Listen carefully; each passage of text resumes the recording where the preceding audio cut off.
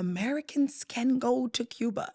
The USA and Cuba are cool. You know, they all right. You okay? There are rules and reasons that you have to specify upon like your visa applications and so forth, but you can go. Absolutely. So when you're ready to travel to Cuba, you have two main reasons, I should say, that you would select on your visa application that would grant you entry into the country.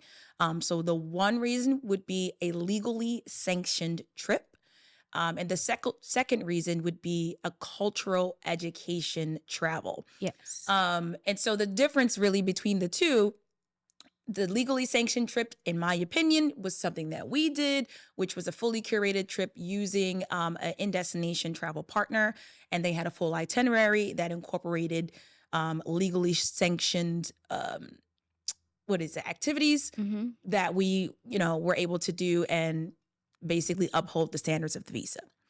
Then you have the educational cultural travel, which I felt like was more, what's the best word? More like hands-on. Yeah. More nitty-gritty. Yeah. More going into the villages and going into the cities and really being with the people in a different capacity of tourism. Absolutely. But both were still to give back to the Cuban people.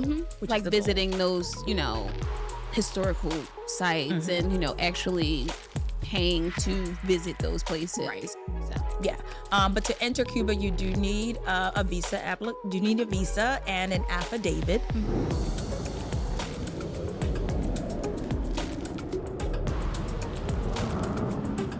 Hey, y'all. Hey, y'all. Hey. Welcome to another episode of Travel Fly Sexy. I'm your co-host, Natasha Terrell, owner of Travel Goddess International. And I'm your co-host, Sincerely Jasmine, founder of Boss Babes Love Brunch. Period. I'm so excited for this episode. Period.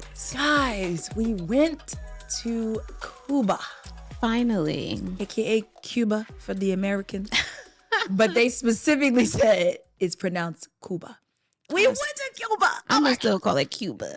Period. We're going to call it Cuba in this episode so y'all not confused. But we have all of the tea to tell you guys. But firstly, yes, you can go to Cuba. Firstly, most importantly, the one and not the two. You can go to Cuba. And we can get you there, but more importantly, you can go. Exactly. So we're going to tell you how. We're going to tell you what to do when you get there. We're going to give you the full tea on our experience because it was that girl. It was a time. It was a time. We had so much fun if you can't even just hear the joy in my voice. But of course, before we jump into all of that, a little bit of goddess smell from our inbox to yours. What's going on in the world of travel, Jazz? I hate to bring the energy down because we were just so excited, and we'll get back to the excitement. But unfortunately, your girl, Spirit, has filed for bankruptcy. Every week it feels like at this juncture of the fall season, we are talking about Spirit in a not so great way. This breaks my heart. And I was like, dang, bankruptcy? Like, what does this mean? So upon further research, basically, if you didn't know, there was a attempted merger with JetBlue. Yes. And it did not seem to work out that well. And that's where the bankruptcy has kind of been a result of that failed merger. Yeah. But the CEO is kind of ensuring that business is as usual, that you can continue to fly, all points. Flights are continuing to stay in motion. You can continue to book and, continue to use Spirit in the time right now. So I'm glad that we're talking about this because I think people see the word bankruptcy and they think it's over. They think it's the end. Absolutely. And I loved, as I was doing the research and into this, that Spirit stated, some of your favorite airline companies of today filed for bankruptcy before they were your favorites of today. Absolutely. And it was United. It was Delta. It was American. They've all gone through this process and obviously now are better because of it. And I encourage you guys to literally just research Chapter 11 and bankruptcy because it doesn't mean you're broke. Yeah. It more so just means if you file for this, you can kind of move and clear your debt and then kind of just start over. And you owe less. It's almost like, child, if you backed up on all those credit cards and you just decide to do a little settlement. Yep. That's a It's good way of kind of putting like it. that for Mhm. businesses, Like a right? consolidation. The consolidation. Thank you. Mhm. Or even like a refi in your house. Exactly. So they okay. Yeah. They're okay. Right. For now. For now. It is not the end of the world, but that is currently where they stand. So And I if feel you see terrible. it, don't be shook. I feel so bad because it's just like It's always something. It's always something. So of course you see Spirit, you see bankruptcy, you're immediately going to think like, oh, they I'm don't not have flying any with money them. and my flights is canceled. Exactly. So people already are like, I'm not flying with them for whatever reason. Yeah. And we have been trying to get y'all on board and now this. So we just are here to let you know that you will see it in the news. They have filed for bankruptcy, but it is still business as usual. The drama, like, Yes. Spirit, stop. Like, I'm really be right. And y'all just keep making it so hard. But I'm still team. And we're still booking them. So it's all good. Yes. Absolutely. Still booking, flying, everything. But I will say, as Jasmine just mentioned, key phrasing is for now. So if you do still opt to purchase Spirit Airlines flights, please make sure you add travel protection. Yes. In addition to that, please make sure that you know your rights, because if you do have upcoming flights that may get impacted or canceled because of the downsizing, remember that you are entitled to full refunds and different things like that. Definitely. Based on the Department of Transportation's policies. So it is very important now more than ever that you know your darn rights. Okay. Especially going into holiday season. Like, it's a lot of reasons to know your rights. Exactly. But these are some key ones. Now, on a better note. Cuba. Tosh not a salsa, but we'll get there. We'll get there. Took a class, got better. We'll let you know. Cuba. I still can't believe we went to Cuba. I know. It's one of those destinations like where obviously you're like, you know, the relationship that we have with Cuba. And you're like, what does that look like for a tourist? Yeah. So we did it. So we can tell you. Exactly. And like you said, there's so many misconceptions when you think of Americans traveling to Cuba. Absolutely. So as we started the top of the show by saying, Americans can go to Cuba. The USA and Cuba are cool. You know, they all right. You okay. There are rules and reasons that you have to specify upon like your visa applications and so forth, but you can go. Absolutely. So when you're ready to travel to Cuba, you have two main reasons, I should say, that you would select on your visa application that would grant you entry into the country. So the one reason would be a legally sanctioned trip. And the second reason would be a cultural education travel. Yes. And so the difference really between the two, the legally sanctioned trip, in my opinion, was something that we did, which was a fully curated trip using an in-destination travel partner. And they had a full itinerary that incorporated legally sanctioned activities that we, were able to do and basically uphold the standards of the visa.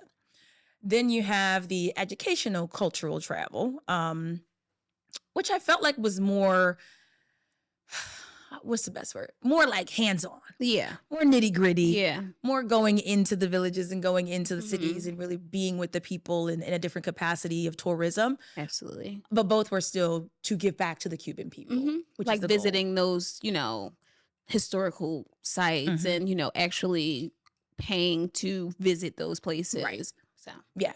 But to enter Cuba, you do need a visa. You need a visa and an affidavit. We work with an incredible destination partner that was literally able to just do everything for us, the visa and the affidavit all together. And we just pay one price and it was done.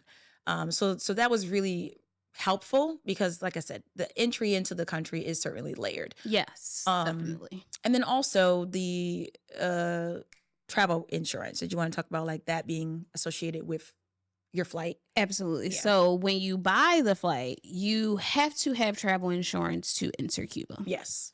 It's mandatory.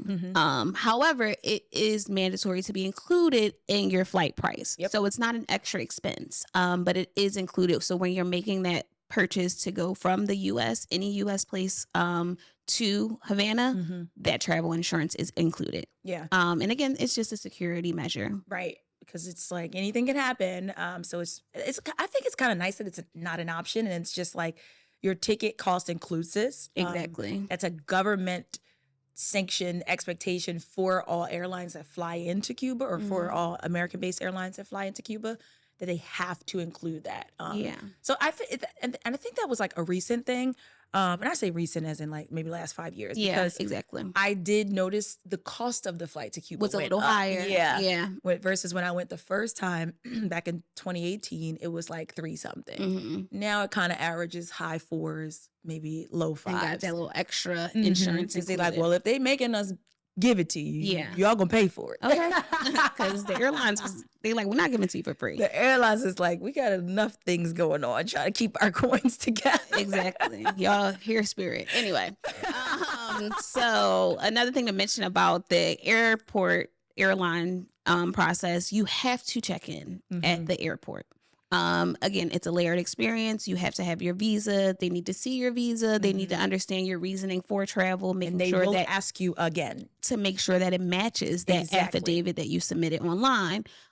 So it is a process. So if you're like us who get to the airport 10 minutes before boarding, you cannot do that if you're going to Cuba, because it's going to be a process where you have to check in with a gate agent, and they're going to have to ask you those questions, check your visa, and then give you your boarding pass. So you will not be able to check in on the app or online to receive your boarding pass. You have to go through that layer of security to even be handed your boarding pass. I know, slows us down, but it is that extra layer. So definitely keep that in mind on your way to the airport. Don't think, oh, I'll just check it in an Uber. No, you're not. You won't. No, you won't. But this is also why it's like, get some status, because then you can kind of bypass some of the lines. A little bit of the lines. And it was quick. It was a quick process, because I definitely was like, oh, this is going to add so much time. And I still was like at the airport early getting breakfast. You know what I think is important to note right now before we move on? When you're checking in, there's 2 types of check-ins. There is a line for checking your bags, and then there's a line for I just need a ticket. Yep. So oftentimes you get to the airport, and I've seen this, and I know this because a lot of people don't travel often. You get to the airport, you get to the area of your airline, and you're like, oh my gosh, this line is crazy. Look at the signage and or ask a airport or airline employee, what is that line for? Definitely. Because if you don't have a bag that you need to drop off, you have a separate line. I was the first person in line, because I'm like, oh no, I'm taking this with me. Exactly. But I also have been the person to stand in the check bag line, because I don't check bags, so I don't know. All of this is giving me a headache. That's what I'm saying. So that's why I'm like, definitely don't get overwhelmed. Take a second and figure it out to see what line is probably not for you. I just see it all the time, and I be feeling bad. I've definitely gotten overwhelmed with that. I'm like, oh my God, I got to stand in this line just to ask a question. No. Moving on. So speaking of the airport process, how to get there. So we traveled with American. Was it American? I know. I'm like, we've been on so many flights lately. I feel like the last 3 weeks we've been on all 3 carriers. It was American. It was American. So we traveled with American through MIA, was it? Yeah. Yes. From MIA to Cuba, yeah. A lot of flights, a lot of our pairs who we met in Cuba also traveled through MIA with a bunch of other airlines. So you will probably be traveling through MIA to get to 𝗖𝗏, Havana's airport. But it was very quick and easy. Yeah, the flight was easy. A breeze. like, oh, we just got up here. To get from Philly to Miami, we know is a breeze. But the flight from Miami to Havana is like an hour. It was so fast. I think I had it like slated for like an hour and a half or like 2 hours. But it was literally like under an hour and a half. It was quick. And even the flight from Philly to Miami, we were like, quick. What happened this morning? Because normally, all right, like maybe 2.5 hours, fine. That thing was 1 hour and 50 minutes. It was so quick. That was like, okay. And then like we thought we was going to be like tired, because we did get there a little bit later in the afternoon and we had like an evening full of things. But it was like, oh, this was so quick and easy. Exactly. So definitely an easy travel experience. Getting back. once we finally, anyway, we'll get there. But not so much. But we are not going to get ahead of ourselves. But I will say, like, I think a lot of times people feel like destinations are further than they actually are, and so it's important to highlight. No, it took us 2 hours from here to Philly. Then it took us 50 minutes from from Philly to Miami, and then 50 minutes from Miami to literally, it was such a quick flight from so Miami. Really, the longest part was the darn layover. The layover, literally, yeah. And we were thinking like, oh, like just giving ourselves time. So we took like a little longer layover, and it was like we didn't need that, but we got there. Very easy, quick and easy for sure. And to your point, you said most of the flights where you're coming from, because we had. This trip was a fam trip. If you guys have heard us talk about fam trips in the past, which is when they invite travel agents to come to destinations and or hotels to experience them and be able to better service you, our clients. Period. So with that said, this trip was 35 travel agents from all over the U.S. and Mexico. So with that said, they and other places too. It was like Europe. Oh yeah, the Armenian ladies. Yeah, it was like people from all over. Yeah, all over, and we're gonna get there. So please stick around. Yes, because we got things to say. 35 personalities. 35 people not like Jasmine and I. Yeah. It was crazy. It was a melting pot. Nevertheless, most of those people flew through Miami. So to your point, that's kind of the central or the connecting point of Cuba to the United States. Yes. And then also we talked about the price ranges, the visas, the affidavits. If you do have more questions as it pertains to getting into Cuba, definitely reach out to us. You know that's what we do. Yep. But hopefully I feel like we touched on the high level points, and now we can move on to the fun stuff. Yes. It's your girls of 𝗕𝗏𝒂𝒗𝒆𝒍 𝑮𝒐𝒅𝒅𝒄. Before we jump into today's episode, be sure to like, comment, and subscribe to us on YouTube and listen wherever you get your podcasts. And make sure that you're following us on Instagram and TikTok at 𝗕𝗏𝒂𝒂𝒗𝒆𝒍. And of course, if you have a product or service that you'd like to see featured on an upcoming episode of 𝗕𝗏𝒂𝒂𝒗𝒆𝒍, shoot us an email at info@𝗕𝗏𝒂𝒂𝒃𝒂𝒂𝒃.com. Now let's get back into the episode. So where to stay? Which is also a little layered. And honestly, this was new to me. Yeah. Because if you go back a few episodes ago, I literally said in Cuba, it's not giving like a lot of hotels. It's more so giving boutique properties or Airbnbs. Like I said that. Yeah. So when I got here this time around and seen all these brand new hotels. Brand new properties. Beautiful properties. Oh my God. A lot has changed in 7 years or 6 years. Brand new, beautiful properties. Mm-hmm. But the gag is. There is a catch. You got your government hotels. And then you have your private hotels. Yes, exactly. And where you stay depends on your conversion, which I thought was kind of wild. Yeah, definitely. But we'll get there. Yeah, the conversion is a whole topic in itself. I know, but like we'll get there. But yeah, the difference, like Tosh said, is the government hotels and then the private hotels, which, government hotels are those larger brand names that you may be more familiar with, Iberostar, Kimpton. And then the private hotels are boutique style hotels that are more local and they contribute directly to the Cuban economy. Yeah. So we're specifying that because if you're a person that's like, I want to go and I want to give back directly to the people of Cuba, and when you go to Cuba, you're probably going to feel that because you can see the people, and even they'll tell you like, yeah, that don't go to me, depending on where you are. So if you are someone that's like, I want to contribute directly to the people of Cuba, then you certainly want to select a privately run And they hotel. were beautiful. They were some beautiful properties. Yeah. So, I mean, our trip itself was like the luxury version of Cuba. And we were very excited about that because, again, I just haven't really seen that or get that online and things like that. So there is luxury in Cuba, baby. Absolutely. And you can experience that hotel is gorgeous. And actually we'll feature some clips of the properties on our Patreon. So you can see what they look like. Because they were really nice. Like we went to one hotel which hadn't even opened yet. Yeah. Opens next week. And oh my God, breathtaking. Yeah. So that was the Iberostar Selection. Yeah. Yep. Yes. The Iberostar Selection. That's the brand new one. largest, what is it, the first skyscraper in Havana. Gosh, the views. This property is like, think of your most favorite luxury high-rise in any of your favorite cities. And it is brand spanking new with gorgeous. All the things. Terrace, oh my God, it's just so nice. It is the rooms stunning. The rooms gorgeous, huge. Like no little matchbox, nothing. Everything was spacious. Yeah, those rooms were huge. And the hotel in general, you walk in, the lobby's breathtaking. And again, they were still in the process of like finishing things. And even with the construction still kind of happening, it's like, wow, this is going to be a beautiful epic property. This is going to be so nice. Top, 5 star. Tens across the board. Tens across the board. Luxury, everything. They have the executive level where you have the private check-in, the that was lounge, fire. The what do you call it? The infinity pool, and then all the floors above that. Ciao. It was nice. They did their big one with that. Yeah.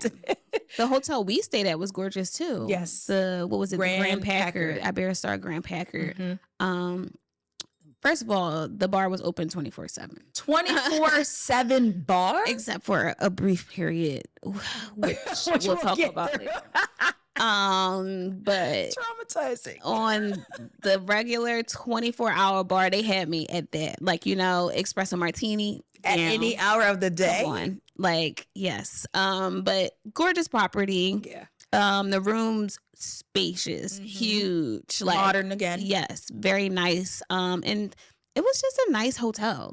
Like from the service, the staff, like the accommodation. They had a piano in a bar, so at night it would be like a piano playing. Like it was just really nice. It was, and it was like very big but quaint. If that's the thing, I agree. Like, there's tons to do. It did go up. It was like the space went up, but like when you were in the lobby and in the like certain areas, it felt like at home. Yeah, it did. Like, and they had a cigar bar. They had a rooftop. Oh yeah, I forgot they about had the cigar bar. A rooftop pool, and I just really thought that it was a beautiful property. It really was. Great selection.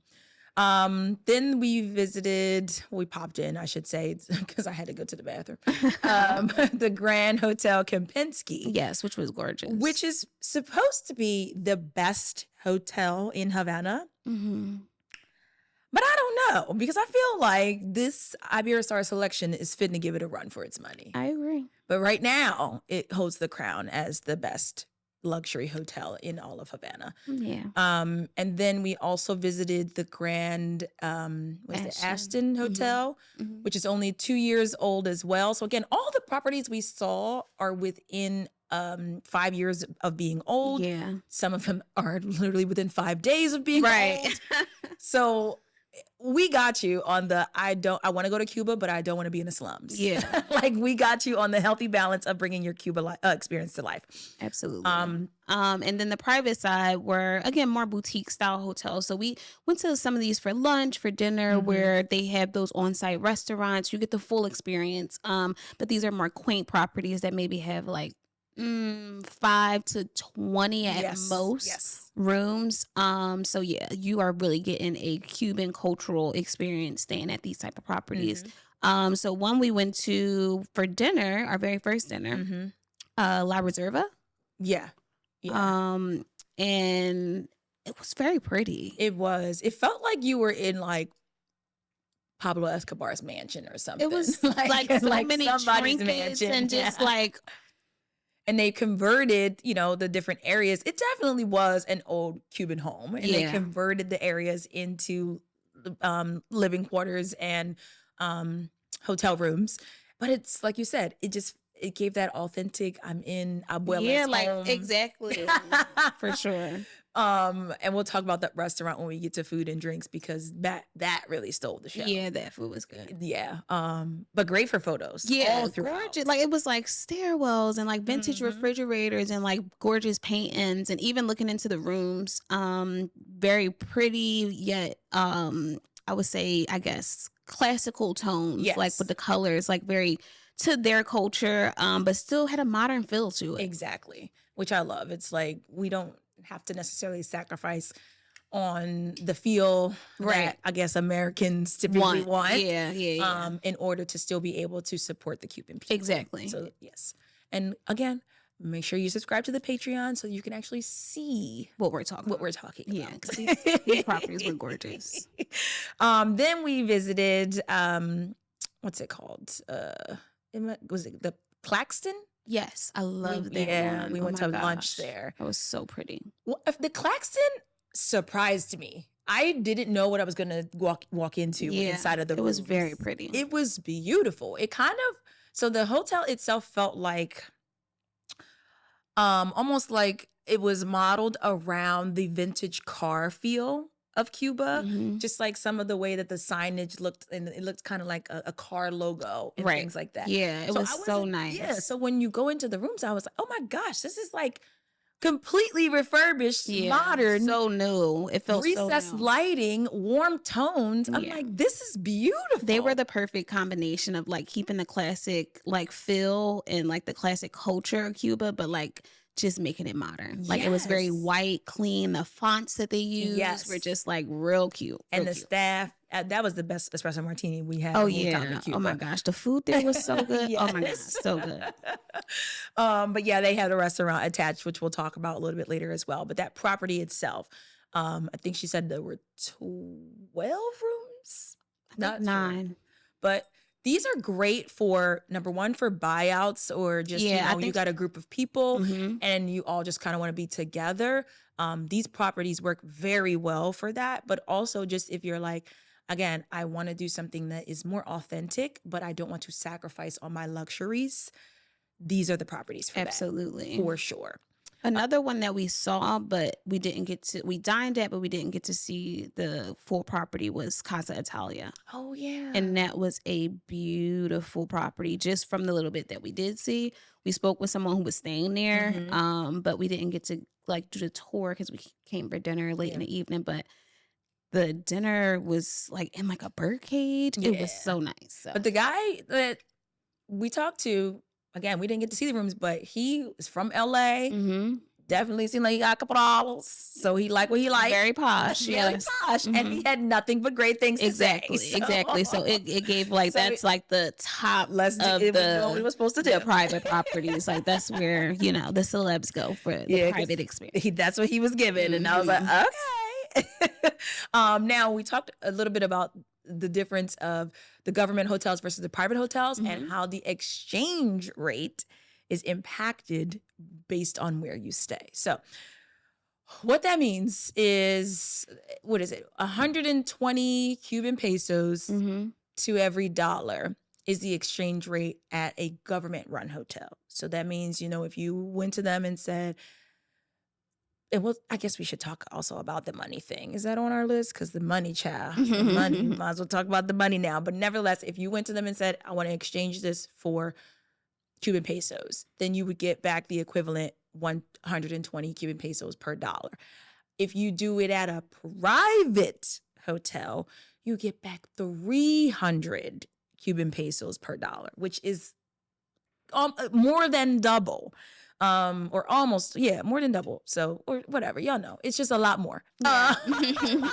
More than double. So that is something to consider also when you are making your hotel selection, because the government want their cut. Like, that's just conversion literally gives me a headache. I don't know if y'all see me, if you're watching. I'm like trying to keep up, and I literally just went through this, and I'm like, I'm hearing you, but it's a lot. I think it's just like you do it. I think the example was a good example to put it in layman's terms. If you're a person like me, because I was struggling. Just tell me the price, however much it is, I'm gonna pay for it. But a perfect example would be at lunch we had an espresso martini at the private property. It cost $4, and this was at Claxton. This was at Claxton, so this was $4, and subscribe to the Patreon because you'll see the receipt. And at our hotel, I got an espresso martini, and it was about $15 which we expected, which is average price for this. But we just got a $4. So that's an example. If your brain works like me, that's how it works. Like that is the difference in how the price kind of varies. And I mean, to me, that's drastic because that's like more than double. But that is just like an example of how different things can be here versus there. Absolutely. And again, that's because the government has to get their cut and it's layered through these big brand names, Iberostar, and you know, it's a different structure of business. So yeah. Yeah, you pay what you weigh. Yeah, but also in that same regard of talking about coins, dollars, cents, yeah, American credit cards, they just really don't work there. Yeah. Granted, some of the government hotels said that they could take them, but then our tour guide recommended you not use it them, because banks will flag the fact that you're in Cuba, hold up your funds, and now you have nothing to use. Exactly. So it was just very highly recommended to not use your credit cards. I didn't even bring my credit cards. They ain't had to tell me too many times. I was like, I'm not risking none of that because I hate being on the phone with the bank. I hate being on the phone. So I'm like, So yeah, we definitely well, it's a list of things that you just cannot use in Cuba. And we'll get a little bit deeper in there, but definitely as we're talking about conversion and money, just convert if you have the opportunity to. If you're working with a tour guide, allow them to take you somewhere to where you're able to convert. And usually if you used, well, at our hotel, they even had like a conversion station to where you could use your debit card or use your USD and they will give you that in the conversion rate. But again, that was at our hotel, which is a government hotel. So the conversion is based on that. Was people using their debit cards? I think I don't know. No, you're right. Used cash. Yeah, I use cash. You're right. Don't swipe a card. Yeah, you're right. Yeah, I use cash. Yeah, we just bring cash in. The ladies from New York said that she used the debit card. Yes. Yeah. And I think it's an extra fee if you use the debit card. Right. They charge you. Well, either way, it was a conversion fee. It's layered, y'all. But I would just say bring cash. Bring enough cash to which you feel comfortable spending and knowing that you don't need to quote unquote tap Mac because there's no Mac to tap. Yeah. That accepts your American cards. And then also, if you really are the person that's like, I need options with my money because I don't know how much I need to bring, then you probably want to choose a government hotel because like our hotel, we were able to give them cash. And then what they gave us in exchange for that was basically like a hotel debit card so that we essentially had a certain allotment of money that we just exchanged for. And we could use it around the facilities for our needs. So, i.e., the $15 espresso martini. So that's an option there, but not an option at a private hotel. So it's so, like, it's going to depend on you, but I really just think bring the cash. Yeah, and they take USD. Those private hotels, everybody took USD, and they'll give you change in their conversion rate, which is the private conversion rate. So if you are staying somewhere private and you do patronize them, you'll get a change in, which is a way higher. Like you got then way you more rich. change. Then you rich because Tasha was balling. She had way more change than me. But then you'll go back to the government hotel and spend all year balling like where you was rich. So I was rich for 5 minutes. It's layered when it comes to the finances. But we're not gonna get y'all a headache with that. Back to the fun. Back to the fun. But that is definitely something to know because people always ask. Like, yes. How much money to bring? And I mean, like, again, the US dollar goes a long way. It just depends where you are, and Also, the last thing I'll say on that is if you're a person who likes to buy souvenirs, then you probably want to bring a good amount of money. Because I mean, I took $400. I returned home with $120, and we were there for 6 days. Yeah. And I was just buying stuff, honestly. Yeah, seriously, because $100 of that dollars I used on tips. Right.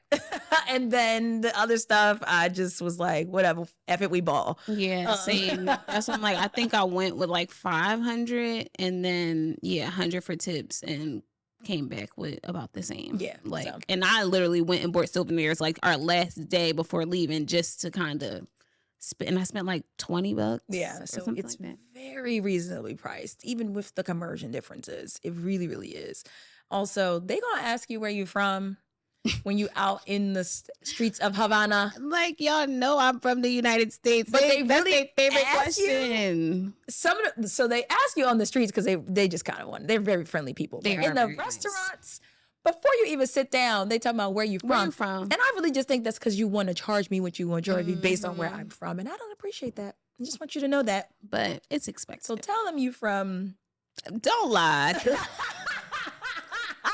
Just pay the inflated price. Their economy is suffering. Help them people. All right, fine. I just felt pay God. $14. It's okay. Felt God. Okay. I'm like, I know you. Tell them you Cuban. Do not lie. I know you did not just charge Jose the same price. They're gonna ask you a question and tear you up. You not know the answer. Do not lie. Jasmine was practicing her Spanish though. She was doing okay. Yeah, I've been practicing my Spanish these last few months, guys. She's been doing all right. I'm bilingual. Just kidding. Just kidding. It's just giving un poquito. That's bilingual. As far as I can go. And cerveza. You leave me alone, please. Hey y'all. Hey. We know you're enjoying the episode, but we just wanted to remind you to leave us reviews. Yes, you guys are always telling us in our DMs, messaging us, letting us know how much you love the podcast. And we're like, we love the feedback, but let's get it on paper. Please. And of course, if you have suggestions of topics or destinations that you'd like us to cover, shoot us a DM or send us an email. Yes. Now let's get back into the episode. Oh, goodness gracious. Okay. Well, did you want to do getting around or did you want to do food or drinks? Let's do getting around. Okay. Getting around. Getting around. You know, we realized probably about like on day 4 that we had been there all this time and barely seen a gas station. Mm-hmm. Yeah. So I was like, where are the gas stations? Because there's tons of vehicles. So many cars. Like, obviously, you know, Cuba has like a museum of vintage cars. So classic cars just throughout the city. And then they have a bunch of different cars as well. And a bunch of buses and like shuttle type things, like whether public or, you know, private. I'm like, where are the gas stations? Where are the gas stations? How are these things running? And so our tour guide kind of told us that there are not a lot of gas stations in Havana.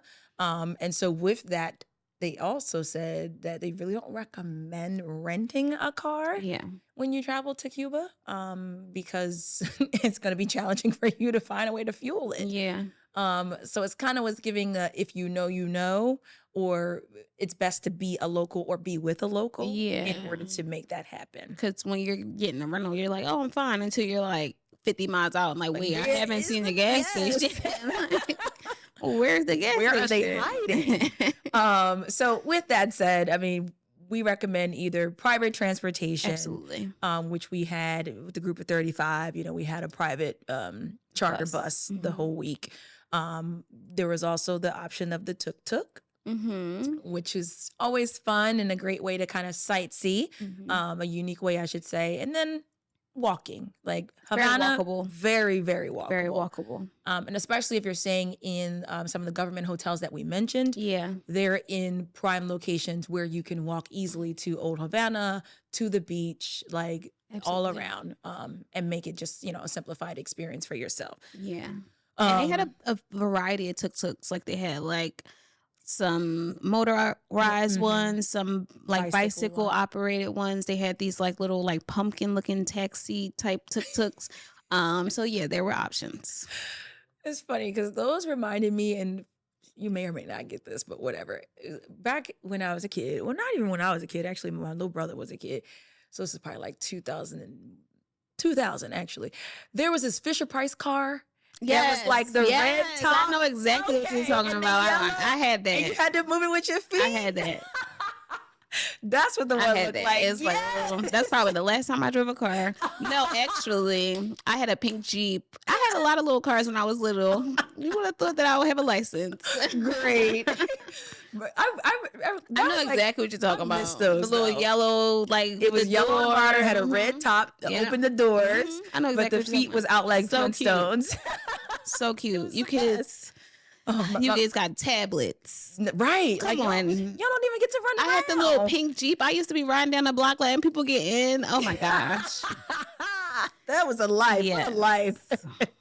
Great times. Nevertheless, they basically had a new age version of that in Cuba. Yeah, exactly. Literally. That was motorized, and you didn't have to use your feet. But but those were pretty much the modes of transportation that we saw. And of course the classic cars. Oh yeah. The classic cars, which so dope. Yeah, like must do experience. But we'll talk about experiences in a little bit. Yes. Anything else on transportation? I mean, it was pretty straightforward. Yeah. I think like you said, definitely don't get a rental car. Like certain areas we just suggest not getting a rental car because first of all, you look like a tourist and you have different plates or whatever. But also it's just the inconvenience of having to gas it. And yeah, we don't want that for you breaking down in Cuba. And parking. Like I did not see parking. Yeah, so, that's very true. Like it's just, because our bus had to like leave us each time. Yeah. Or like people were parking on residential blocks and just like, it was too much. Yeah. So no rental car. Don't stress yourself. Yeah. I know you think you can. I'm telling you don't. Don't do it. Don't do that. Okay, my favorite part of the show.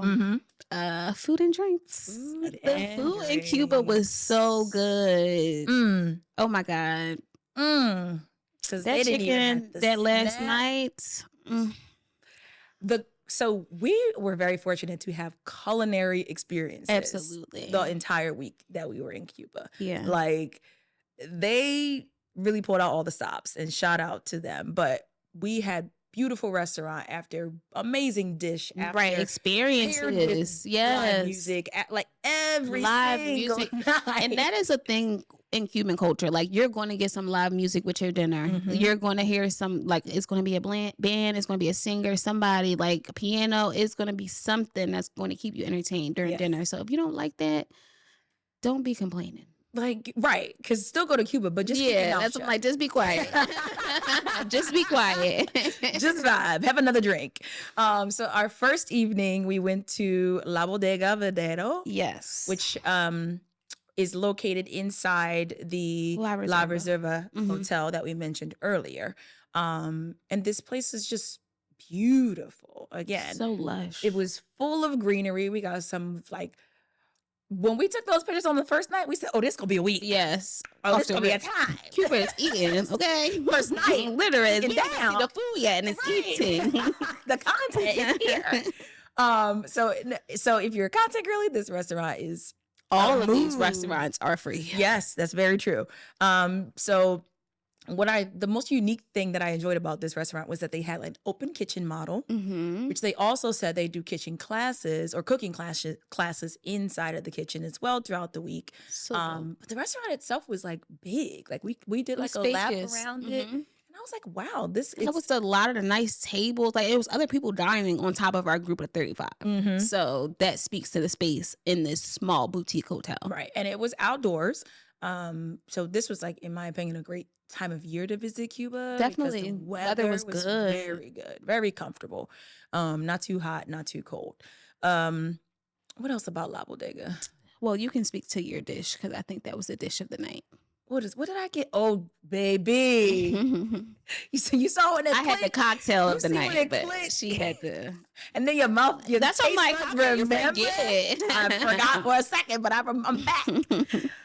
Baby, if you eat the good food, then these ribs, y'all. The way these ribs fell off the bone and the way that they were just get those juicy and tender and flavorful.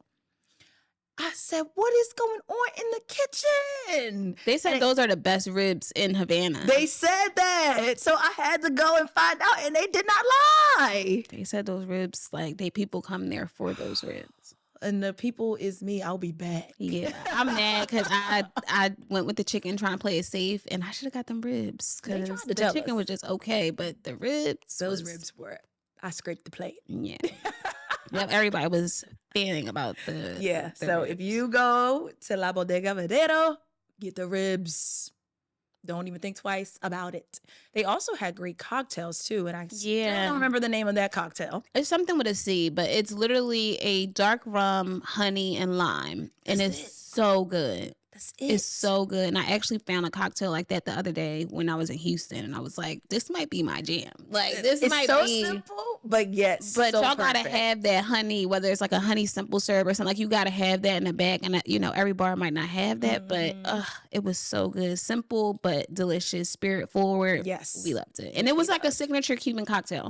So they had that everywhere, but that's the first night we got introduced to it. Yes, on the first night. Then all week we like, yeah, you got that cocktail, the honey, very, like, very then they Philly. would say the word, and then I would just still not retain it. It's fine.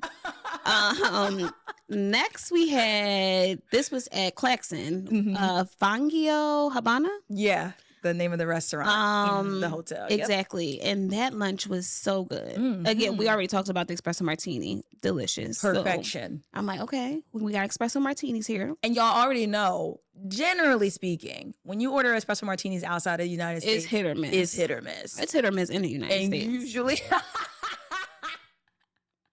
Dang. But usually it's a miss because they just don't have all the supplies, same ingredients. The foam was there, the espresso martini, I mean the espresso seeds or beans. The beans, This one was, I was like, wow. Okay. Yeah. And I had fish. Did you have fish? Yeah. Yeah, we had the fish for lunch. Was it sea bass? I think it was sea bass. Yeah, it was really good. Nice portion. Very huge piece of sea and bass. their restaurant is basically the terrace of the restaurant, the terrace of the hotel. So it's like the outside dining. It's really nice. This hotel was just cute in general. Yeah. If you really want the boutique experience, this is where I'd say definitely. And the bar was great. The bartenders were good. They knew how to make drinks. They kept it flowing. So it was a good lunch experience. I know, and everyone was just so darn nice. Like, literally everyone enjoyed our company. It felt like which I would have been overwhelmed. This 35. It's 35 people, and they all ain't Jasmine and I. Just reiterate again. We are going to tell you about the people at the end of this episode. We just want to focus on the tea about the trip right now. It was a lot. But baby, we're going to tell you about the people. A lot of things happening. Because thank God for Jasmine and how we balance each other. Because when I'm up, she may be chilling. And when she chilling, I'm up. Because we both can't. I'm going to do a lap. You got it? All right, I'm going to do a lap. I'm going to do a lap. I had to hear it out a few times. But moving on. Back to the food. Yes. Okay, back to the food. Then we went to Casa Italia, y'all. Oh, yes. Y'all know I love some Italian food. So, but imagine having dinner in this beautiful, what do you call it? Vintage bird cage. It was so gorgeous. That is life size. So obviously people can get in it. It's just stunning. I mean, because it's not, can you think of that? I'm not a little one, a big one. A huge one. But it just added to the experience. It was so and then they set it up with the long table, the chairs, the ambiance. They had the lighting. Oh my God, the food was so good too. Yes, they did the thing. Another open kitchen type model. So it was like the kitchen right behind us, so you can see them preparing your food, which was dope. Yeah, and we had a prefix menu, but some of our colleagues ordered outside of the menu, and I could see some of those dishes. And baby, they over there doing Italian the right way. Yeah. They doing Italian the right way. That food was good. They had a huge chicken parm, like bigger than my head. No, I was going to say literally bigger than her head. Like huge. Yeah. And everybody could have shared one. Like, but for real. Grateful because I was hungry. So. But I was thinking to I'm like, well, who gonna eat this? It was so big. We were like, anybody who didn't have chicken parm, like we were like, please try it. It was so big, but it was really tasty. And the other dish was fish, I think. Yeah. So I had a fish. It was a little small little piece of fish. It was just a crazy comparison because the fish was like this and the chicken parm was literally like this. And I was like, y'all, why would y'all give us these two options? Because clearly our meal looks better than theirs. It was huge. I mean, it was fine, but I was just like, that is a lot of chicken, and nobody's gonna finish that. It was crazy. day, but good food. Good food. And then they also had the live music. Yes, live music. They had good dessert. They even did the happy birthday, and like the whole team performed and like sang happy birthday to the guests. And there were other guests besides us dining, so there were other birthdays, and they brought out little personal cakes. It was such a cute experience. It was. I would say this is a great restaurant for an occasion. Absolutely, because with all things considered, the ambiance and we didn't get even to talking about the bathroom. Because if y'all go back to our Miami episode and the way we raved about the bathroom at Sexy Fish, it literally is the Cuban Sexy Fish. Like, I'm like, this is literally the Cuban Sexy Fish. Yes, it was beautiful. Yeah, our bathroom picks for sure. Yes. So with all that in mind, this is a great place for an occasion. It was so nice. Then they got the live music, and then literally they give complimentary cakes. It was so nice. Whole cakes. You know, the cakes that you guys are buying, like little personal cute cakes little that design. got little... Yeah, it was so cute. It's that. Like, and it was tasty. It was tasty. And they're just giving them out. Like... Yeah. It was a good experience. It was overall a good experience. And I would say also, I mean, again, we didn't get to see the rooms this night of this property, but that was I think if you're looking for a like luxury private experience, I definitely think that would be worth considering. Yeah. I think it would also be great for like a wedding, a buyout, a vow renewal, or just something occasion based, for sure. They can, the aesthetic of the hotel as well as the property, it all just felt very like regal. Yeah. Good, go y'all. Last on our dining list, but certainly not least. Yeah. Hacienda El Patron. This place is breathtaking. Like, not real. It's not real. I mean, didn't feel real. It took a while to get there. So I mean, it definitely was. You knew you were going off the grid. Yes. Cuba in general is off the grid, which we'll speak more about, but this was certainly off the grid. So an experience to get there. Yeah, but an hour drive from Havana. Yeah. Once you arrive and, make your way to the place, this is like one of the most beautiful properties I've ever seen. Yeah, it's on a farm, but it's not like you think farm, like chickens and I don't know, alligators. It's still put together, because when they kept saying farm, I'm like, oh my gosh, like I can't wear heels. Like, it's gonna be crazy. It's gonna be mud. Like you think, but no, it's more a farm because they're growing all of the ingredients that they're using in their food. Yeah, farm to table experience. Because I didn't see no chickens or hear no clucking. I think they did have chickens, though. They just were somewhere else. I'm just saying, they just weren't in the visible eyesight of the patrons, which I appreciated. But the restaurant itself, gorgeous. Yes, and again, just the private nature of like all of the experiences and how they just were so elevated. And you walk up. Honestly, you drive up and you're like, what the hell am I about to get into? Yeah. And then you get into a shuttle and you go down this path and you're still like, where are we? Yeah. What's happening? And then this beautiful restaurant comes into light and you're like, oh my gosh. And then it is an outdoor experience as well. But again, just the layout, the setup, then the food, then the service, the staff, the drinks. We were just like, does it have to end? It was so good. The food was good. The drinks were good. There was a DJ. I hate to keep making comparisons, but just to kind of give you all a visual, it felt like Cuban Tulum. It has like a very Tulum aesthetic, a Tulum feel to it. And it also is a place, like they are an accommodation as well. Just like we spoke to most of the restaurants, they were on private properties. This is another private property that is like glamping. It's glamping. So they have like these luxury tents and these like luxury experiences. So you stay there and you can get like, breakfast, lunch at this like farm to table experience. It was truly an experience. I'm like, I want to go back to see it during the day, because obviously we went during dinner, so it's like pitch black because we're in the like middle of this farm. But it was such like beautifully put. Like the owner did his thing with like the layout, the aesthetics of it. It just felt so modern, but still so like we're in the middle of nowhere in Cuba though. Cuba. Yeah. So good. So good. We still have so much to talk about. I think this is going to have to be a 2-parter. Because we're already pretty much at our normal time. So I guess we'll have to see you guys next week or next whenever. Yeah, no, because you need to come back because we got to tell you about these 35 people. We got to tell you about the people. We got to talk more about the money. We got to talk about the service. Yes, the nightlife. Very important. Oh, the service as in the cell. Oh, the cell service. Yeah, the customer service was great, but the cell service, we'll get there. Yeah. Nightlife, we still got to cover. And most importantly, things to do. Yes. So y'all in for a whole nother round on this Cuba tea. All right. Well, we'll see you guys soon. Dang. Hate to end it like that, but bye.